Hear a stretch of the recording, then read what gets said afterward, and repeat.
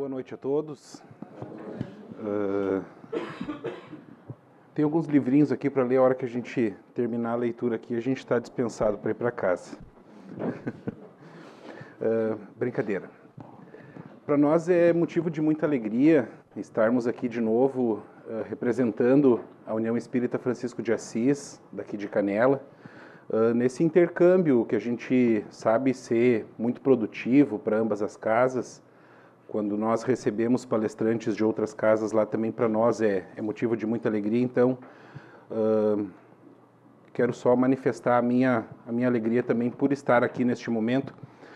E a nossa proposta de trabalho para a noite de hoje é conversar um pouco sobre um texto que está lá no capítulo 24, é o item 11 do capítulo 24 do Evangelho segundo o Espiritismo. E esse texto, ele recebe o título, ele tem o nome de Os Sãos não têm necessidade de médico. Os sãos não têm necessidade de médico. E eu tenho por hábito, não são talvez em todas as exposições, mas em algumas delas eu acredito ser necessário, e quero fazer isso agora, me coloco desde já na condição de um ouvinte da exposição, porque ela vem trazer uma mensagem que eu acredito tenha significado, tenha importância a cada um, e com certeza para mim também tem muito. Então eu não estou aqui na condição de quem fala porque faz, e sim de quem fala porque precisa colocar em prática também. Então acho que é mais necessário que eu esteja aqui para que os meus ouvidos entendam de forma definitiva o que a boca vai falar. Então eu não me coloco aqui como alguém que já sai fazendo isso na rua, né? Me coloco aqui como alguém que também precisa colocar em prática essa informação, este conhecimento. Então é dessa forma que a gente inicia a nossa fala na noite de hoje. E eu quero, para começar a nossa fala, o nosso trabalho, fazer a leitura de não todo o texto, mas o início, a passagem bíblica que serve de base para que o Kardec faça um comentário em seguida. Esse comentário que vem, e esse capítulo aqui, eu acho que todos os textos que estão contidos neste capítulo, ele não tem a assinatura de um espírito, então são observações puramente do nosso codificador. E aí o texto que ele utiliza da Bíblia está lá em São Mateus, no capítulo 9, são os versículos 10, 11 e 12, e lá diz assim: Jesus, estando à mesa na casa deste homem, este homem é Mateus, aí vieram muitos publicanos e pessoas de má vida que se assentaram à mesa com Jesus e os seus discípulos. E os fariseus, tendo visto, disseram aos seus discípulos: por que o vosso mestre come com os publicanos e com pessoas de má vida? E Jesus, tendo ouvido esse questionamento, disse-lhes: os sãos não têm necessidade de médico. Aí a explicação que Kardec traz a seguir é a seguinte: Jesus se dirigia sobretudo aos pobres e aos deserdados, porque são os que têm maior necessidade de consolações. Aos cegos dóceis e de boa fé, porque pedem para ver, e não aos orgulhosos que creem possuir toda a luz e não ter necessidade de nada. Estas palavras, como tantas outras, encontram a sua aplicação no Espiritismo. Admira-se, por vezes, que a mediunidade seja concedida a pessoas indignas e capazes de fazer mau uso dela. Parece, disse, que uma faculdade tão preciosa deveria ser atributo exclusivo dos mais merecedores. E aqui o Kardec segue a fala dele, a explicação dele, dando ênfase à questão da mediunidade. Ele embasa um pouco mais a questão da mediunidade, e aí não é bem o foco que a gente se propõe a trazer. Então eu encerro a leitura por aqui, e acho importante nesse contexto a gente entender Quem eram esses personagens que a história nos traz? Publicanos, os peageiros, portageiros, pessoas de má vida. Quem eram essas pessoas? Que relação a gente pode fazer dessas pessoas com os dias de hoje? E aí os publicanos, que são aqueles que estavam, né, à mesa com Jesus, os publicanos, eles eram conhecidos na antiga Roma como os cavaleiros arrematantes de taxas públicas. Eles eram encarregados do recolhimento de impostos e das rendas de toda a natureza. Então, essas pessoas, os publicanos, eles eram pessoas que chegavam no povo lá e faziam cobranças de impostos, de taxas, de coisas que às vezes nem eram devidas, mas que eles iam lá e faziam sair dinheiro do bolso do pessoal. Eles, por muitas vezes, corriam riscos, mas que faziam fechar os olhos sobre as riquezas que frequentemente adquiriam e que, em muitos casos, era produto de exações, que era a exação é uma obrigação, eles forçavam, em muitos casos, ao pessoal que fizesse aquelas contribuições, que pagassem aqueles impostos. E aí, desse período da dominação romana, foi o imposto o que os judeus aceitavam mais dificilmente. Então, as pessoas que elas estavam sendo cobradas, elas viam aquilo como uma coisa muito negativa, absurda, talvez. E os portageiros, peageiros, pessoas de má vida, que estão classificadas dessa forma no texto, esses eram os cobradores de uma categoria inferior. Eles estavam abaixo dos publicanos. Mas eles também tinham esse papel de cobrança. E os fariseus, que são esses que se escandalizaram vendo Jesus sentado à mesa com essa gente, vamos usar esse termo, os fariseus que se escandalizaram porque assistiram Jesus sentado à mesa com pessoas que eram chamadas de má vida, né? Estes eram, né, uma parte importante lá da teologia judaica. Os fariseus, eles tomavam parte ativa nas controvérsias religiosas. Eles eram servis observadores de práticas exteriores, dos cultos e das cerimônias. Eles eram cheios de um zelo ardente de proselitismo, ou seja, eles gostariam... O proselitismo é aquela coisa de trazer as pessoas para dentro daquilo que eu acredito, né? E eles eram inimigos dos inovadores. Eles afetavam uma grande severidade de princípios, mas, sob as aparências de uma devoção meticulosa, escondiam costumes dissolutos. Muito orgulho e, acima de tudo, uma paixão excessiva de dominação. A religião era para eles antes um meio de subir do que o objeto de uma fé sincera. Isso que eu estou falando não saiu da minha cabeça. Isso tudo também está bem no início do Evangelho segundo o Espiritismo, na introdução, o Kardec explica, ele contextualiza quem eram essas pessoas. Então, para que a gente possa entender o impacto que talvez representou o momento em que Jesus foi visto à mesa com essas pessoas pelos fariseus. Eles acharam aquilo, poxa, mas Jesus vem aí dizendo que querendo ser o Salvador do mundo, e, no entanto, ele está lá sentado com pessoas de má vida. Como assim? Que explicação isso tem? Né? E aí Jesus responde que os sãos não têm necessidade de médicos. Não são aqueles que desfrutam de tudo, do bem, do bom e do melhor, que vão dar valor para os ensinos de Jesus. E aí agora, entrando mais, tirando esse contexto mais histórico, só para a gente poder fazer a relação, ter o entendimento, a gente entra na essência do texto, né, que é o mais importante, certamente. Que tipo de saúde será que Jesus se propõe a nos ajudar a reestabelecer? Será que é a saúde material, a saúde do corpo, uma situação física, que também é muito importante? Ou será que é a cura dos males espirituais que a gente carrega?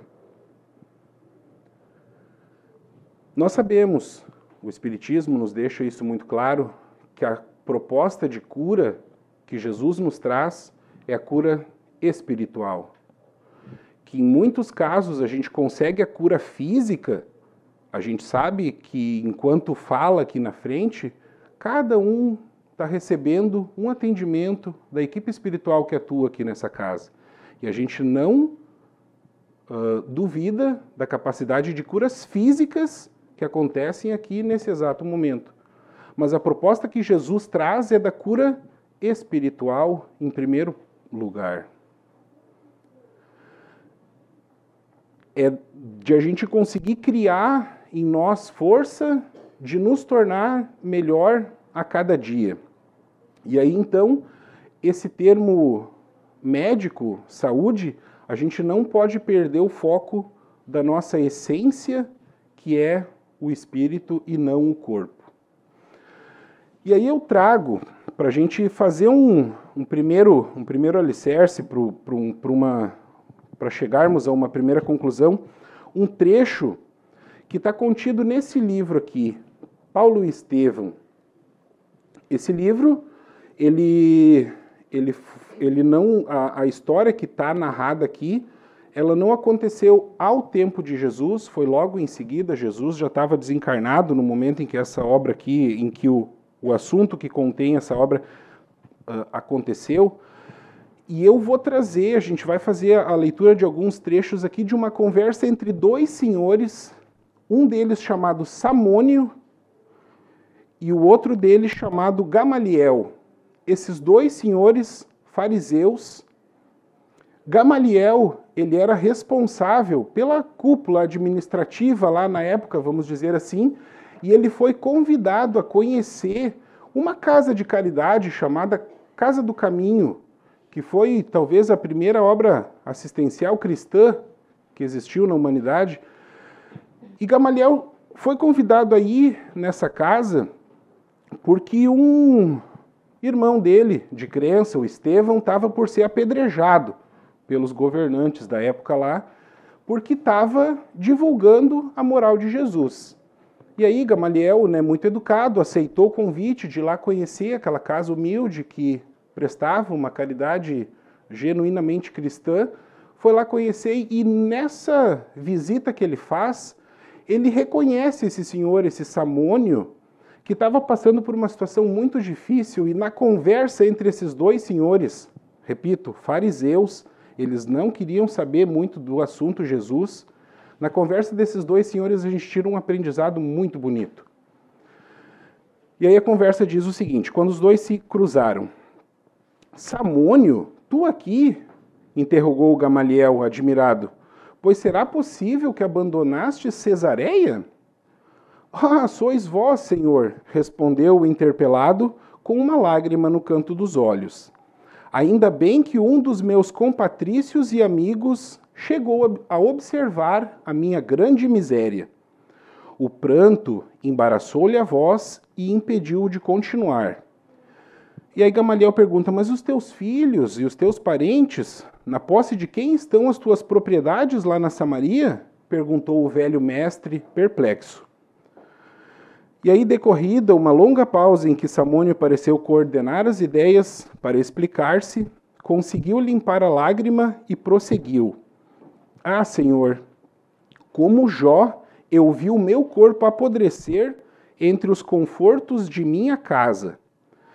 Fui denunciado como leproso e em vão solicitei o socorro dos filhos que o Criador me concedeu na mocidade. Todos me abandonaram. Os familiares deram-se pressa em partir, deixando-me sozinho. Os amigos que se banqueteavam comigo em Cesareia fugiram sem que eu os pudesse ver. Fiquei só e desamparado. E um dia, para a suprema desesperação da minha desdita, os executores da justiça procuraram-me para notificar a sentença cruel. Combinados entre si, os meus filhos destituíram-me de todos os bens. Assenhorearam-se das minhas posses e dos títulos em dinheiro, que me representavam a esperança de uma velhice honesta. Por fim, para o cúmulo dos meus sofrimentos, conduziram-me ao vale dos imundos, onde me abandonaram como se eu fora um criminoso sentenciado à morte. Eu senti tanto abandono e tanta fome, experimentei tamanhas necessidades, talvez pela minha vida passada no trabalho e no conforto, que fugi do Vale dos Leprosos, fazendo longa jornada a pé, esperançoso de encontrar em Jerusalém as amizades valiosas de outrora. E ouvindo o relato doloroso, o velho mestre tinha os olhos úmidos. Ele conhecera Samônio nos dias mais felizes de sua vida, homenageado em sua residência, quando estava de passagem lá por Cesareia, espantava-se agora daquela angustiosa indigência. E aí, depois de um pequeno interreio onde o doente procurava enxugar o suor e as lágrimas, com voz pausada ele continuou: eu empreendi viagem, mas tudo conspirou contra mim. Em breve, os pés chagados não me permitiam caminhar. Arrastava-me como podia, cheio de cansaço e sede, quando um carroceiro humilde, apiedado, me acolheu e trouxe a esta casa, onde a dor encontra consolo fraternal. Trouxe-me a esta casa, onde a dor encontra consolo fraternal. Ou seja, a leitura ainda não acabou, mas vamos fazer um comentário. Dois senhores que no auge do seu poderio, talvez, em hipótese alguma, aceitariam a ideia de amor que Jesus trazia. Mas no auge do sofrimento, onde ele viu a família se afastar, a família se apropriar de tudo que ele conseguiu construir durante uma vida, depositar ele num lugar chamado Vale dos Leprosos, onde ele estava condenado à morte, ele só encontrou socorro em uma casa cristã. E a partir disso, ele passou a entender a proposta que Jesus trazia. E aí Gamaliel, não sabia como externar a sua surpresa, tal a emoção que lhe vibrava no íntimo. E o grande rabino, no caso o Gamaliel, só agora reconhecia que o judaísmo nunca havia cogitado um destes pousos de amor. Ele se refere dessa forma. O judaísmo nunca havia cogitado de um pouso de amor como esse, que era aquele cristão lá. O episódio deixava-o abalado profundamente, procurando evitar raciocínios filosóficos de modo a não cair em conclusões apressadas. Ele falou com doçura: sim, tu tens razão para agradecer o esforço dos teus benfeitores e também a misericórdia do Cristo. Acentuou o doente com uma lágrima. Creio agora que o generoso profeta de Nazaré, com o testemunho de amor que nos trouxe, de fato é o Messias prometido. Aí o Gamaliel até discordou um pouquinho dele, mas sem abrir mão, sem estar de fato convencido de que a obra de Jesus tinha gerado um fruto extremamente produtivo para aquele amigo ali, o Samônio, E aí Samônio diz: acredito que Jesus de Nazaré foi de fato um modelo de renúncia. Não, aqui já é fala do Gamaliel. Foi um modelo de renúncia em prol das ideias que até agora eu não pude perquirir ou compreender, mas daí a considerá-lo o próprio Messias, o Gamaliel já ainda estava um pouco na dúvida. E aí o Samônio responde de novo da seguinte forma: se eu tivesse com saúde, plenamente identificado com a família e no gozo dos bens que eu conquistei com esforço e trabalho, talvez eu também duvidasse desta realidade confortadora. Mas eu estou prostrado, esquecido de todos, e sei quem me deu mão amiga. Como israelitas, amantes da lei de Moisés, temos esperado um Salvador na pessoa mortal de um príncipe do mundo. Contudo, esta crença há de prevalecer para uma situação passageira. São ilusórios preconceitos estes que nos levam a induzir uma dominação pelas forças perecíveis. E aí ele traz uma fala de novo muito importante. A enfermidade, porém, ela é conselheira carinhosa e esclarecida. A enfermidade é conselheira carinhosa e esclarecida. De que nos valeria um profeta que salvasse o mundo para depois desaparecer nas misérias anônimas de um corpo apodrecido? Não está escrito que toda a iniquidade perecerá? E onde está o príncipe poderoso da terra que domine sem a garantia das armas? O leito de dor é um campo de ensinamentos sublimes e luminosos. Nele, a alma exausta vai estimando no corpo a função apenas de uma túnica. Tudo o que se refira à vestimenta vai perdendo, consequentemente, de importância. Persevera, contudo, a nossa realidade espiritual. E aqui o Samônio já traz à luz o fato de que, como a gente vê que o corpo já está se perdendo na doença, ele já está abrindo os olhos para os aspectos espirituais. E aí, de novo, vem o ensino de Jesus clarear os caminhos dele, né? Apesar das chagas pustulentas que me segregaram das afeições mais queridas, eu penso, eu quero e eu amo. Na câmara escura do sofrimento, eu encontrei o Senhor Jesus para compreendê-lo melhor. E eu creio hoje que o seu poder dominará as nações, porque é a força do amor triunfando da própria morte. E a voz daquele homem marcado de feridas roxas no seu grave entono parecia o clarim de verdade saindo de um monte de pó. O Pedro, que assistia aquela cena ali toda, Simão Pedro, o apóstolo Pedro, que foi quem começou esse lar, que foi quem começou esse trabalho de assistência, ele que estava conduzindo a visita, né? Até então ele estava ali só assistindo, ele verificou satisfeito o progresso moral daquele mendigo anônimo para avaliar intimamente a força regeneradora do Evangelho. Até então, Pedro nem sabia que aquele senhor, que havia chegado pela generosidade de um carroceiro, tinha sido há pouquinho tempo atrás alguém poderoso à época.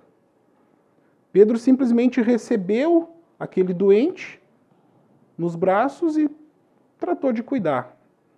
E aí ele percebeu nessa conversa que o Evangelho teve a capacidade de fazer com que ele discernisse as coisas já dessa forma tão clara. E aí Gamaliel, ainda já encerrando essa parte, Gamaliel, por sua vez, ainda aturdido com o profundo sentido daqueles conceitos, a pregação do Cristo nos lábios de um doente desamparado tinha um cunho de beleza de beleza misteriosa singular. E aí Gamaliel encerra o trecho que a gente vai ler da seguinte forma: reconheço que você fala com muita sabedoria. Se é incontestável que eu estou em uma idade em que não seria útil eu alterar os meus princípios, eu não posso manifestar-me contrário às tuas suposições, pois eu estou bem de saúde, eu gozo o carinho dos meus e tenho vida tranquila. A minha faculdade de julgar, portanto, tem que operar em outro rumo. E aí Samônio diz, sim, é justo. Por enquanto não estáis precisando de um Salvador. Eis porque o Cristo afirmava que viera para os doentes e para os aflitos. Então o Gamaliel ele ainda estava naquela situação onde ele tinha tudo, onde tudo para ele estava um mar de rosas, tudo para ele estava bem.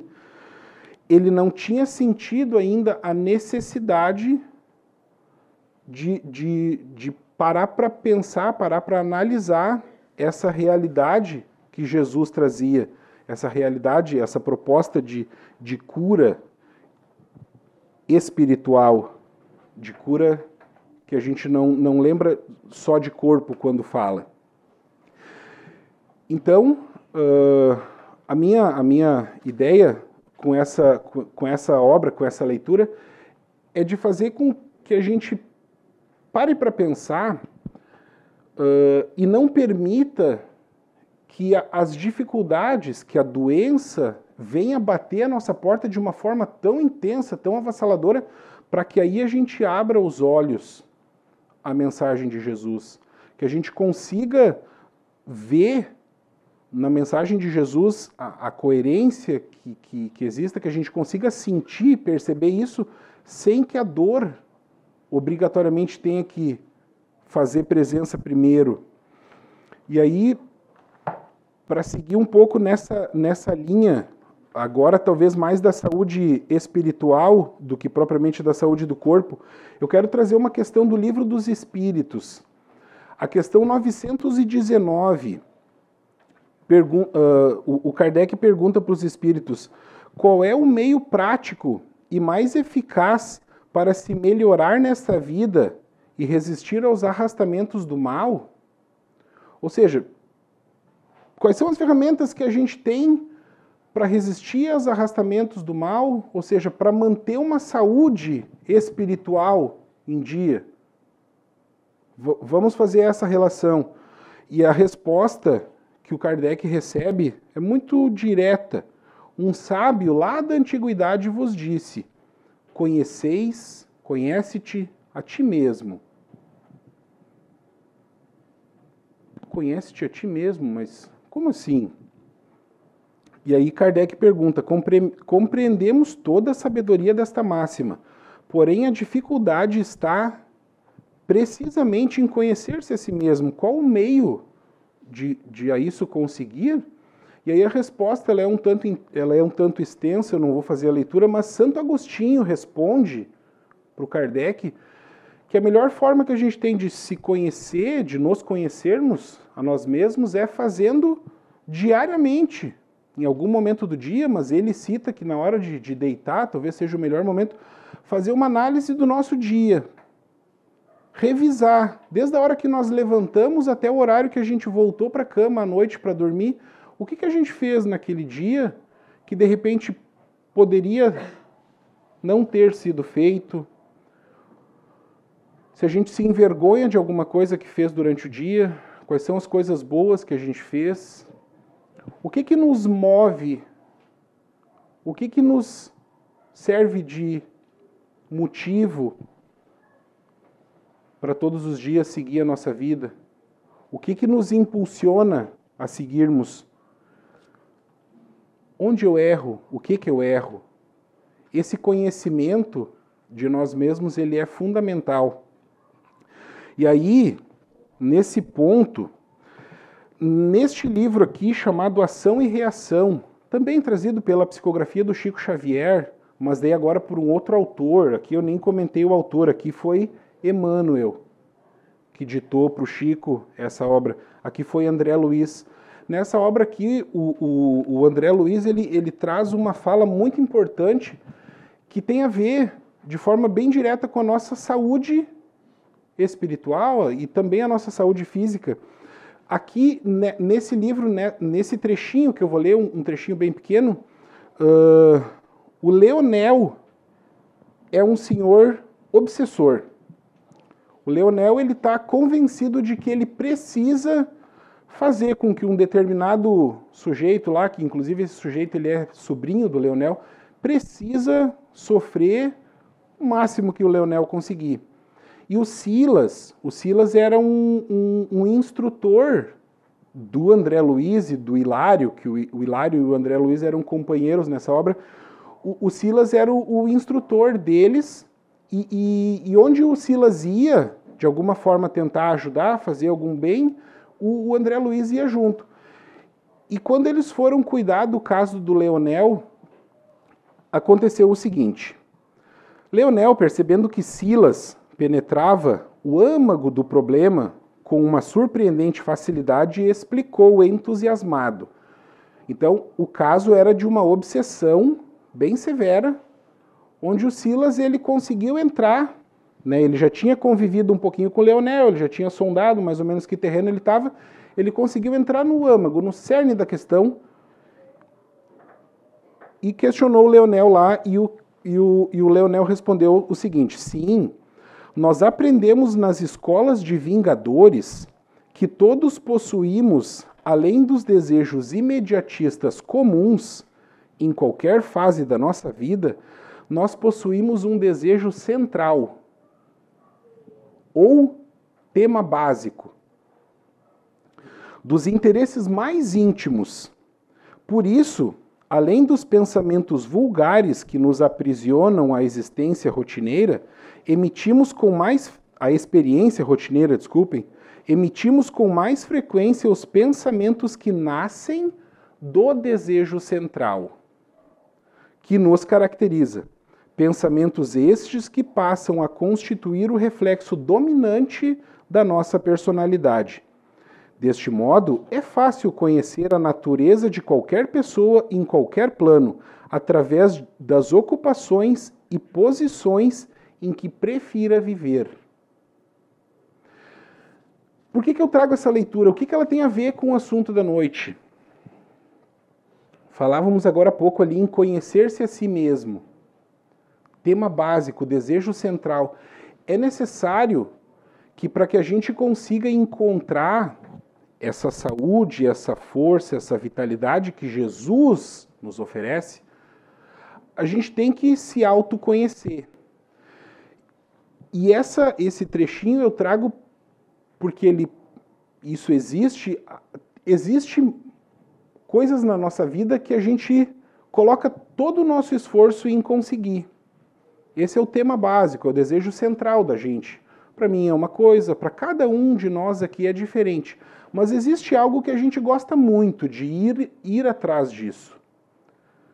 E quando esse nosso desejo central, quando essa força toda que nós deslocamos, ela foge, ela não é algo sadio, não é algo salutar, a gente muitas vezes abre campo para o adoecimento. A gente perde, a gente desgasta forças, energias atrás de algo que não vai nos trazer bem. Então é necessário que a gente conheça isso, é necessário que a gente constate isso. A gente, quando se prepara para vir fazer uma exposição, a gente consulta muitas fontes e lê, e escuta e assiste. E assistindo uma exposição do Haroldo Dutra Dias, um expositor renomado dentro do Espiritismo, ele citou numa determinada fala dele lá que existem muitas pessoas que às vezes simplesmente passam uma vida e nem se dão conta das coisas que movem esse sujeito, essa pessoa, a conduzir a vida daquela forma. A gente não se estuda, ele trazia, a gente não se conhece, a gente não questiona, às vezes, o móvel que está por trás das nossas atitudes. E quando a gente passa a fazer esse estudo, a gente vai reconhecendo, né? Poxa, aqui eu preciso melhorar, aqui eu poderia corrigir certas coisas. E aí a gente começa a aproximar a nossa vida de acordo com o ensino de Jesus. Aí esse ensinamento de amor, de amorosidade, de fraternidade que ele nos traz, começa a ter um encaixe maior nas nossas atitudes, que são elas que vão nos trazer algum benefício. E esse caso aqui ele fala de uma obsessão. Uma obsessão, em alguns casos, ela pode trazer também reflexos no corpo físico. E aí, quando um espírito ele se sente lesado e ele se determina em nos obsediar, ele não coloca nada na nossa cabeça, ele só alimenta aquilo que nós temos.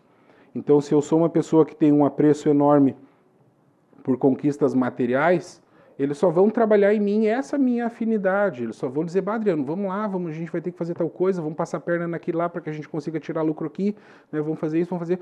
A gente só tem intensificado aquilo que nós mesmos já sentimos, adotamos, né, como prática em nossa vida já há bastante tempo. Então é necessário, para que a gente encontre, para que a gente tenha dias mais felizes, mais saudáveis, onde a gente encontre plenitude nas nossas escolhas, nas nossas atividades, enfim, é necessário a gente se conhecer, é necessário a gente se analisar, é necessário a gente aprender o que faz de bom, aprender o que está fazendo de errado, ou se perceber disso e colocar o máximo esforço no sentido de corrigir, no sentido de melhorar. Eu não vou fazer a leitura de um item que eu selecionei desse pequeno livrinho, pequeno grande livro chamado Caminho, Verdade e Vida. Aqui nesse livro tem uma passagem que eu acho importantíssima, que ela é a de número 15, que fala, é uma conversa rápida ali, aparece só um trechinho de uma conversa entre Simão Pedro e Jesus, onde Jesus diz que a hora que Simão Pedro de fato converter-se, ele vai, que ele dê testemunho aos outros, porque Simão Pedro conviveu 3 anos com Jesus, lado a lado, assistiu curas que Jesus fazia, viveu, de fato, por 3 anos ao lado de Jesus, mas chegou um determinado momento em que Jesus foi negado por Pedro. Porque ele ainda não tinha se convertido, ele não tinha ainda sentido aquilo tudo. E ele só passou a sentir quando ele começou a trabalhar na caridade, trabalhar de fato no amor. E aí eu trago isso também porque às vezes para nós é muito fácil seguirmos a religião A, B, C ou D e isso ficar só da boca para fora. Isso também é algo muito perigoso, porque isso os fariseus ali já faziam. Uma prática exterior, um culto externo é muito fácil de fazer. É necessário que a gente se empenhe o quanto for possível no sentido de colocar em prática esses pequenos tesouros que a gente já consegue guardar no nosso baúzinho lá. É necessário que a gente coloque muito empenho no sentido de ajustar o passo. E aí, como uma mensagem final, já se encaminhando para o encerramento da nossa fala, eu vou me utilizar de novo de mais um trabalho do nosso querido Chico Xavier, novamente pelo Espírito Emmanuel, que é aqui do livro Fonte Viva, que fala ante o Cristo Consolador, ante esse Senhor que nos apresenta a solução dos nossos males. Eu sou a porta, dizia Jesus. Segundo os léxicos, a palavra porta designa uma abertura numa parede ao rés do chão ou na base de um pavimento oferecendo entrada e saída. Algumas delas são avidamente disputadas pelos homens, que afoitos na conquista de posses efêmeras não se acautelam contra os perigos que essas portas representam. Muitos batem a porta da riqueza amoedada e, depois de acolhidos, acordam encarcerados nos tormentos da usura. Inúmeros forçam a passagem para a ilusão do poder humano e despertam detidos pelas garras do sofrimento. Muitíssimos atravessam o portal dos prazeres terrestres e reconhecem-se de um momento para o outro nas malhas da aflição e da morte. Muitos varam os umbrais da evidência pública, sequiosos de popularidade e influência, acabando emparedados na masmorra do desespero. O Cristo, porém, é a porta da vida abundante.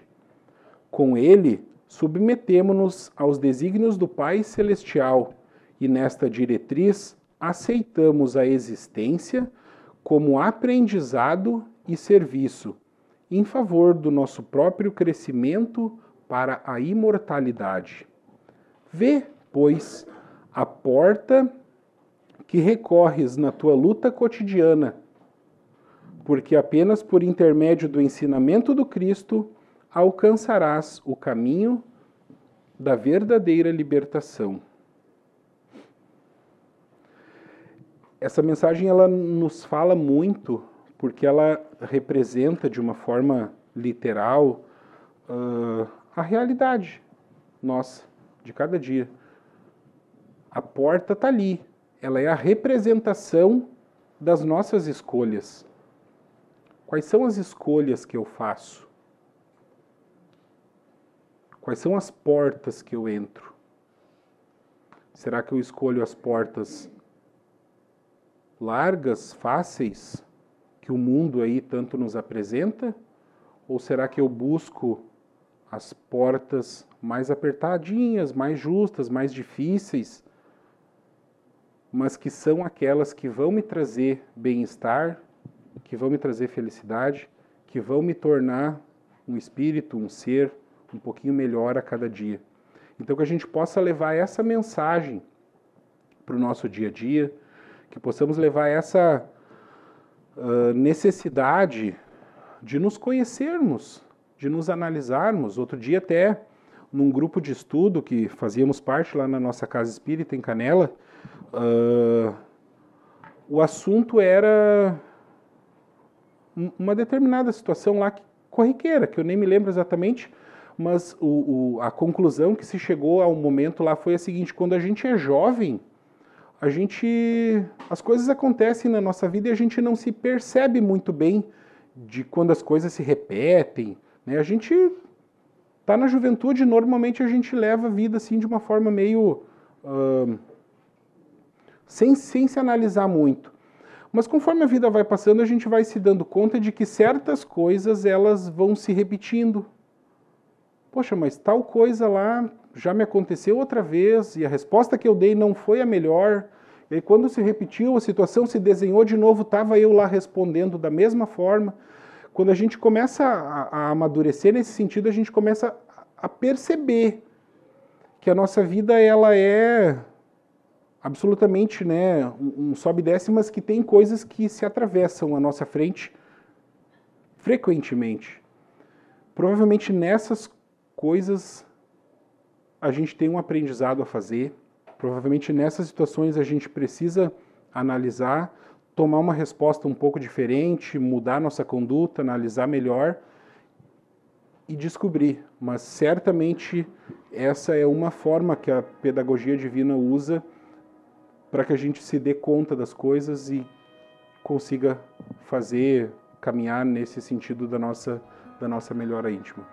Então esse seria o trabalho, esse seria o recado que a gente se dispôs a preparar, lembrando que isso também é algo que a gente se esforça por fazer, não é porque estamos aqui falando que a gente já está numa posição de destaque com relação a tudo isso. A gente somos mais um necessitado a trilhar esse caminho. Então, que possamos refletir um pouco. As obras, eu sempre faço questão de citar de onde a gente tira as informações para que a gente possa chegar em casa, fazer a nossa leitura, dar uma olhada lá, poxa, aquilo que o Adriano falou está aqui, né? Cada um às vezes pode ter uma conclusão até um pouquinho diferente da nossa, então que cada um possa sair daqui pelo menos com a vontade de se informar um pouquinho mais dentro das obras, refletir isso no decorrer da semana, e aí a gente já está dando um grande passo no sentido do nosso crescimento. Muito obrigado a todos, então, pela atenção. Assim seja.